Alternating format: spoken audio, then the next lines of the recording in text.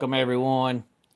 Welcome everyone to another Ref Brandon and the Todd Family YouTube video.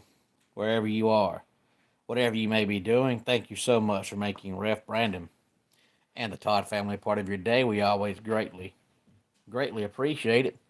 If you jump on here live here on this Monday afternoon, feel free to leave a comment in the comment section down below. Make sure you give the video a like, a thumbs up. If you have not yet subscribed, please do so. But today we're going to talk some college basketball and some NASCAR. We'll start in the world of NASCAR. Hopefully, if you're a NASCAR fan, you watched the Better Health 400 yesterday. Good afternoon, Keveron. Hey there, Marcus. Glad to have both of y'all here. Thank you so much for stopping by, because if you're a NASCAR fan and you did not watch yesterday's Better Health 400, you cheated yourself out of another great NASCAR race. Christopher Bell comes home with the win, followed by Carson Hocevar gets his best ever career finish by coming home as the runner-up. Kyle Larson, Ryan Blaney, and Ricky Stenhouse Jr. round out the top five. And then we have Denny Hamlin, Kyle Busch, Ross Chastain, Darrell Wallace Jr., and John Hunter Nemechek comes home 10th. He's finished 10th in the first two races of the season for his Legacy Motorsports team. It's him and Eric Jones. Eric Jones is the more seasoned guy, but John Hunter Nemechek is definitely the better running of the two right now. Now, if you're a longtime NASCAR fan, you know that back in the day, if NASCAR had to finish a race under caution, they would just finish a race under caution. So if they were scheduled, 275 laps, and a caution came out on lap 273, they would just, run the last two laps under caution, and that was the race. And I wish they'd go back to that. And I tell you the reason why. It's because they got rid of it because you had too many fans complaining, saying they didn't like for the race to finish under caution. So now NASCAR started the green, white, checkered finish thing a few years back, to where, if you're scheduled to run 275 laps and a caution comes out on lap 273, you might end up running 285 laps. They would clean the wreck up, whatever caused the caution, and then they would restart with 2 laps to go and try to run 2 laps under green so that the race would finish under green flag. But now it causes too much controversy, because just this year alone, the second race of the duel at Daytona, on the last lap, about halfway through, hey there, Soheeb, glad to have you here. About halfway through the last lap, I think it was coming off turn 3, there was a wreck behind the leaders, and the caution came out right away, and the race ended right then. So since it was the last lap, they didn't try to redo it. That was the race. And the guy that had the lead, as soon as the caution came out, was declared the winner. NASCAR said it is for safety reasons, so that the leaders don't try to race back to the line and one of the guys come through the wreck and get involved in it. Well, then the Daytona 500 happened, and there was a wreck on the final lap, and no caution came out.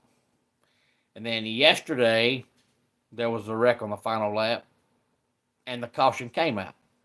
Now, all 3 times, the wreck has been behind the leaders, not involving the leaders, but 2 times the caution came out immediately, and 1 time it didn't.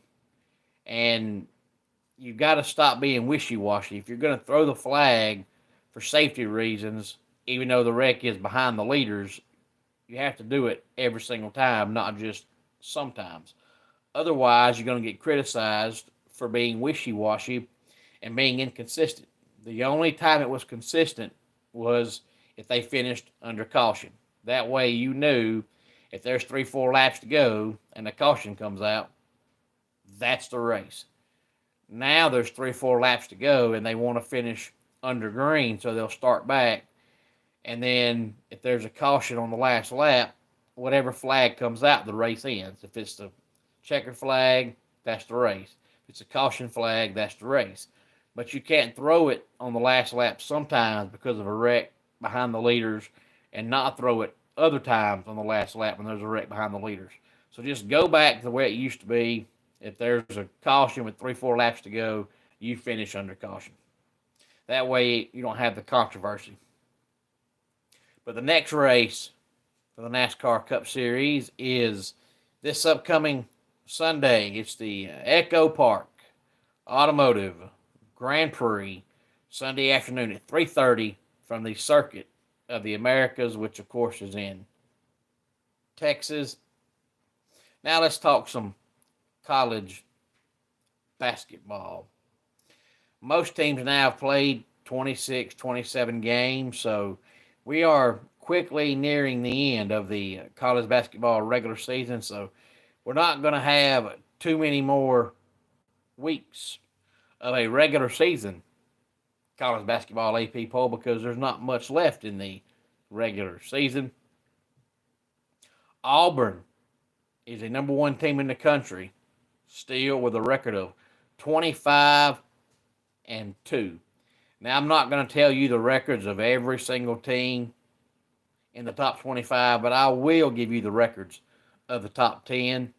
Duke sits at number 2 at 24-3. And speaking of Duke, what has happened to honest, objective commentary? Apparently, it no longer exists. Florida is at number 3. They're also 24-3. Houston is 23-4. And then we have Tennessee at number 5 with a record of 22-5. Alabama is 22-5. St. John's 24-4. Michigan State is 22-5. Iowa State, who I think has a legit shot at the Final Four, is 21-6. And then Texas Tech rounds out the top 10, and they're also 21-6. Thank you for commenting, Dash the Fox. I greatly appreciate it. And then we have Wisconsin, Texas A&M, Clemson, Missouri, and Michigan rounding out the top 15. And Dash the Fox, you're right. No matter what you do in life, people are going to hate on you. If you do something you hate, they're going to hate you. If you do something you love, they're going to hate you. Hey there, Crystal. Glad to have you back. I'm talking about the college basketball top 25 AP poll. We have Maryland, Kentucky, Memphis, Louisville, and Purdue, 16-20. And then Marquette, Arizona, St. Mary's, Mississippi State, and BYU rounding out the top 25. But if you've seen my post or comment, whatever you'd like to call it, as far as the title of the video, it's because UConn, as we know, they've been on a roll lately in college basketball, dominating, winning national championships. Well, after last season, there supposedly was quite a few teams that were interested in their coach, Hurley. Even a couple NBA teams, he chose to stay at UConn. Well, UConn came out of the gate this year. They struggled. Then they got to playing really good. And then a few weeks back, Coach Hurley came out and said that he's the best coach in the sport. And ever since then, UConn is 4-4. And that's why I say coaches should keep their mouth shut, because I firmly believe that when he made that comment, it came across his players that he's not giving them any of the credit. He's taking all the credit himself, saying that he's the best coach in the sport. And to your players, that sounds like you're saying, I'm not winning because of my talent. I'm winning because I'm the best coach in the sport. And ever since he said that, they are 4-4. So they are struggling. Marquette's also struggling. They only have 2 wins in the month of February, and that's against the 2 worst teams in their conference. But basketball is a long season. Every team's going to go through their struggles. I think they'll be fine. And you see, Kansas is also not ranked. I can tell you what's wrong with Kansas. 2 things.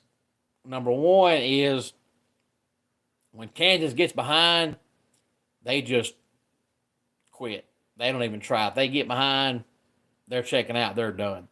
But the main thing is they've got Hunter Dickinson, who is a good player, but Hunter Dickinson is left-handed, and nothing wrong with being left-handed. I know this awesome, good-looking, amazing man named Brandon, who's also left-handed. Hey, Kenton, glad to have you here. So nothing wrong with being left-handed, but you can't be so left-handed that if that gets taken away from you, you're screwed. And that's the problem with Hunter Dickinson. Everything he does is left-handed. If he can't use his left hand, he's in trouble. So even if he goes up for a layup, if he's got to use his right hand, he ain't making it. And when he goes to try to tie up somebody, instead of a tie-up, he uses just his left hand because all his grip and his strength is in his left hand.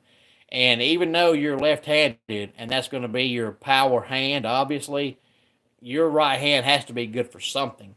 And Hunter Dickinson, his right hand is pretty much useless. It might as well not even be there. It's useless. He cannot be that left-handed dominant. And that's the issue with Kansas. Marquette's just going through a funk. Every team has those. And UConn's problem is their coach should have kept his mouth shut instead of saying, I'm the best coach, hands down. And Kenton, I am from the great state of Georgia. Thank you for asking.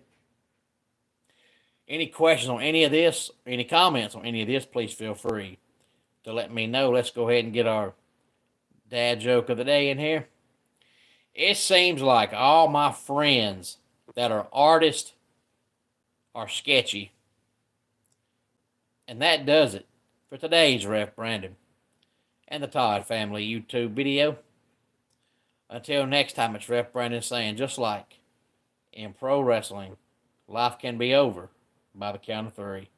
Tell your friends and family how much you love them. And Kenton, glad to have you here from West Virginia. Tell all your friends, all your family, that there's this really awesome guy that has a YouTube channel called Ref Brandon and the Todd Family that talks basketball, NBA, NASCAR, wrestling, Major League Baseball, pretty much all the major sports there is, and I love talking college football. I still talk it sporadically during the off season, but not near as much as I do during the regular season. Stuart, glad to have you here as well. But until next time, bye.